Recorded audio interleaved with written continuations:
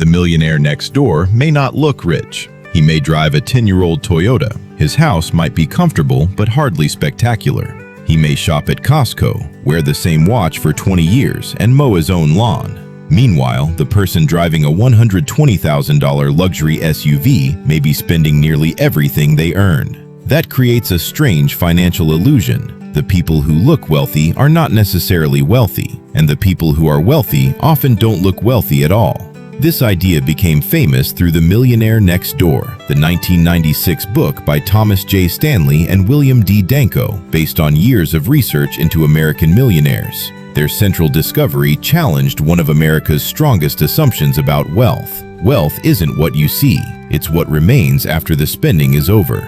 Think about two neighbors. One earns $250,000 a year and spends almost all of it on a large house, luxury cars, private schools, vacations, restaurants, and expensive subscriptions. The other earns $140,000 but saves aggressively, owns a modest home, invests consistently, and avoids lifestyle inflation.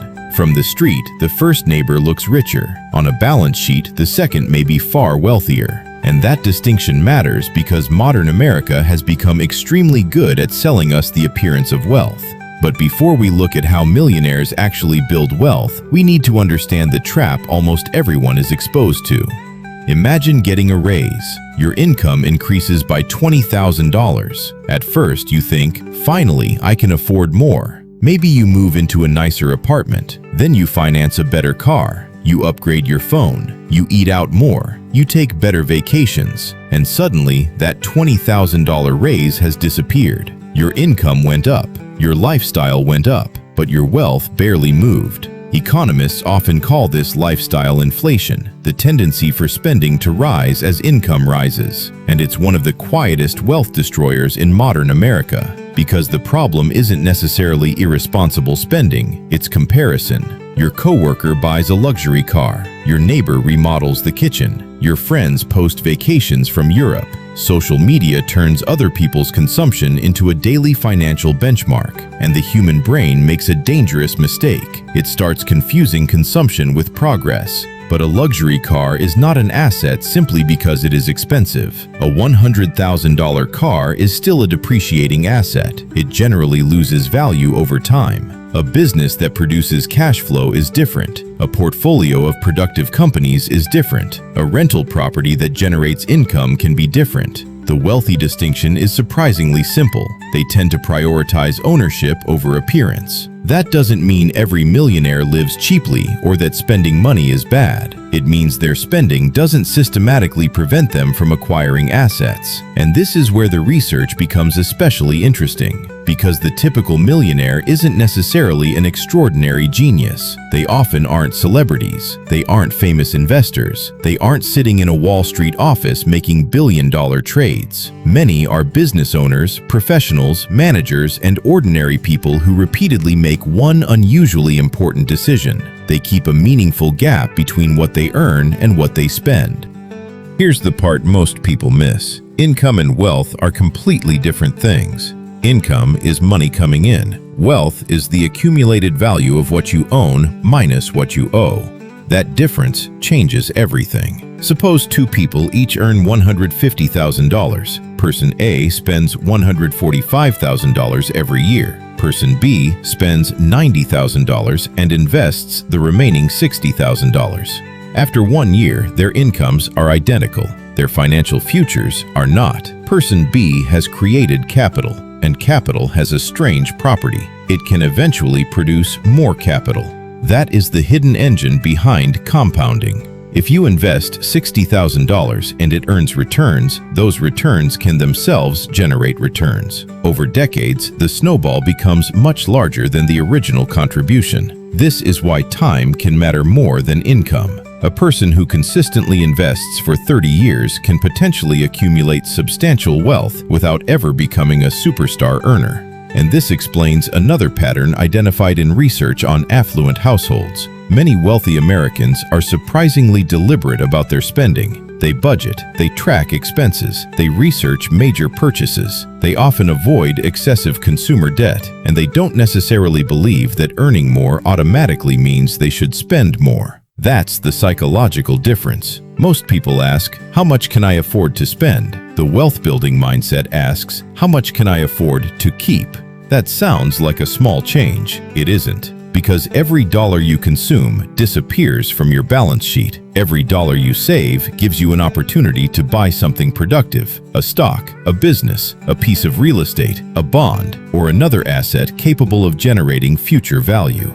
And now the story gets bigger, because once enough people start accumulating capital, individual behavior becomes an economic force.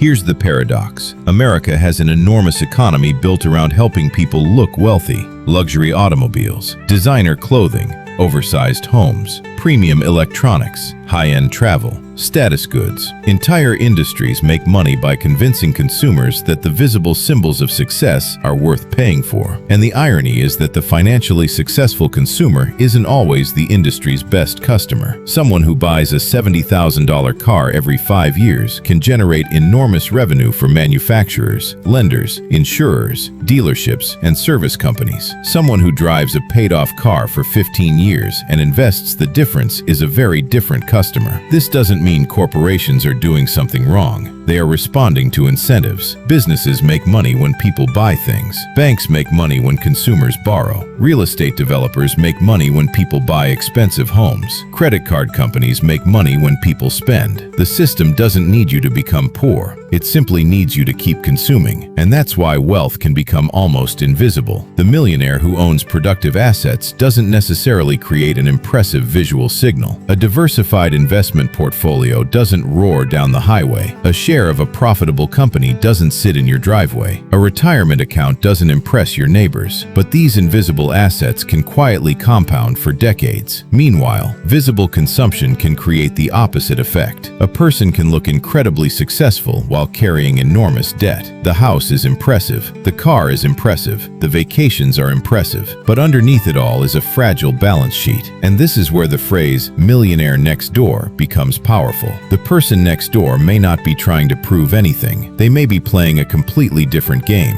Not "how wealthy can I look?" but "how much financial freedom can I accumulate?"